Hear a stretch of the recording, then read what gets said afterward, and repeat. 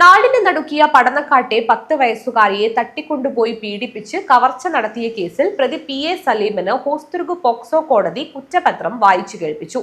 അറസ്റ്റിലായി 7 മാസം കഴിഞ്ഞിട്ടും പ്രതി സ്വന്തമായി അഭിഭാഷകനെ നിയോഗിക്കാത്ത സാഹചര്യത്തിൽ പ്രതിക്ക് വേണ്ടി സർക്കാർ അഭിഭാഷകനെ നിയോഗിക്കാൻ പോക്സോ കോടതി നിർദ്ദേശം നൽകി.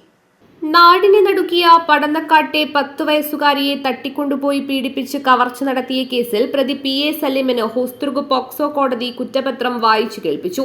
അറസ്റ്റിലായി 7 മാസം കഴിഞ്ഞിട്ടും പ്രതി സ്വന്തമായി അഭിഭാഷകനെ നിയോഗിക്കാത്ത സാഹചര്യത്തിൽ പ്രതിക്ക് വേണ്ടി സർക്കാർ അഭിഭാഷകനെ നിയോഗിക്കാൻ പോക്സോ കോടതി നിർദ്ദേശം നൽകി. കണ്ണൂർ സെൻട്രൽ ജയിലിലാണ് പ്രതിയുള്ളത്. സ്വന്തമായി അഭിഭാഷകനില്ലെന്ന് പ്രതി അറിയിച്ചതിനെ തുടർന്നാണ് സർക്കാർ അഭിഭാഷകനെ നിയോഗിക്കാൻ കോടതി നടപടിയുണ്ടായത്. പ്രതിക്കെതിരെ മേൽപ്പറമ്പ് പോലീസ് നേരത്തെ രജിസ്റ്റർ ചെയ്ത പോക്സോ കേസിലും കോടതി വിചാരണ നടപടികൾ ആരംഭിച്ചു. ഈ കേസിൽ അഭിഭാഷകൻ കോടതിയിൽ ഹാജരായിരുന്നുവെങ്കിലും പടന്നക്കാട് പീഡനത്തിൽ കൂടി പ്രതിയായതോടെ മേൽപ്പറമ്പ് പീഡന കേസിൽ അഭിഭാഷകൻ ഹാജരാകുന്നതും ഒഴിവായി. 2 പീഡന കേസുകളിലും പ്രതിക്ക് സർക്കാർ അഭിഭാഷകന്റെ സഹായം ലഭ്യമാക്കാനാണ് കോടതി നിർദ്ദേശം.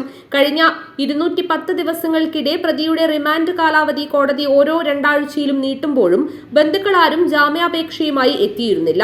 പ്രതിക്ക് ഭാര്യയും ബന്ധുക്കളും ഉണ്ടെങ്കിലും അതിക്രൂരമായ കൃത്യം ചെയ്ത പ്രതിയെ ബന്ധുക്കൾ കൈയൊഴിയുകയായിരുന്നു. അന്വേഷണ സംഘം സമർപ്പിച്ച 300 പേജുള്ള കുറ്റപത്രമാണ് പോക്സോ കോടതിയിൽ പ്രതിക്ക് വായിച്ചു കേൾപ്പിച്ചത്.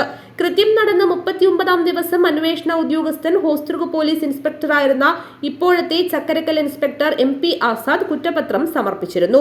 മെയ് 15 പുലർച്ചെയാണ് 10 വയസ്സുകാരിയെ തട്ടിക്കൊണ്ടുപോയി പീഡിപ്പിച്ച് സ്വർണ്ണക്കമ്മൽ കവർന്ന ശേഷം വഴിയിൽ ഉപേക്ഷിച്ച സംഭവമുണ്ടായത്. കർണാടക കുടക് സ്വദേശിയായ PA സലീമാണ് 1ാം പ്രതി. തട്ടിക്കൊണ്ടുപോകൽ, പോക്സോ വധശിക്ഷ ലഭിക്കാവുന്ന കുറ്റകൃത്യം ചെയ്യാനായി വീട്ടിൽ അതിക്രമിച്ചു കയറുക തുടങ്ങിയ വകുപ്പുകളാണ് സലീമിനെതിരെ ചുമത്തിയിട്ടുള്ളത്. മോഷ്ടിച്ച കമ്മൽ കണ്ണൂർ കൂത്തുപറമ്പിലെ ജ്വല്ലറിയിൽ വിൽക്കാൻ സഹായിച്ച സലീമിന്റെ സഹോദരി സുവൈബയാണ് കേസിലെ 2ാം പ്രതി. മോഷ്ടിക്കാനായി വീട്ടിൽ കയറിയ സലീം കുട്ടിയെ എടുത്തുകൊണ്ടുപോയി കൊന്നുകളയുമെന്ന് ഭീഷണിപ്പെടുത്തി പീഡിപ്പിച്ചെന്നാണ് കുറ്റപത്രത്തിൽ പറയുന്നത്.